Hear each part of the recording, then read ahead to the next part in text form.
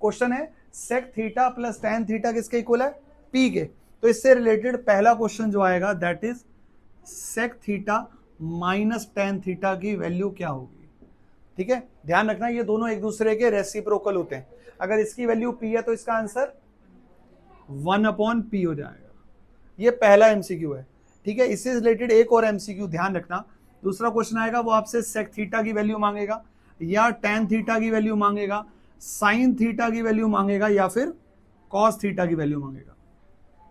इसकी वर्किंग करने के लिए बहुत लंबी वर्किंग है, हमने सीखा हुआ क्वेश्चन वाला, लेकिन चीट कोड ध्यान से रखना, समझ लो बात को चीट कोड के लिए। जब 8th क्लास में थे तो पाइथागोरियन ट्रिपलेट याद है?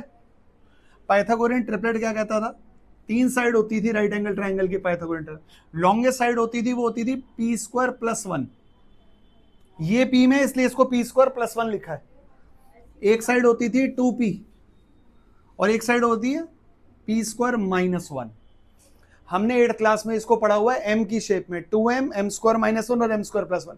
ये इस ट्राइंगल की 3 साइड होगी। अगर आपसे बाई चांस कोई यहाँ पे बोले सेक थीटा की रेशो बताओगे होगी, तो सेक थीटा होता क्या है, h/b, तो h/b।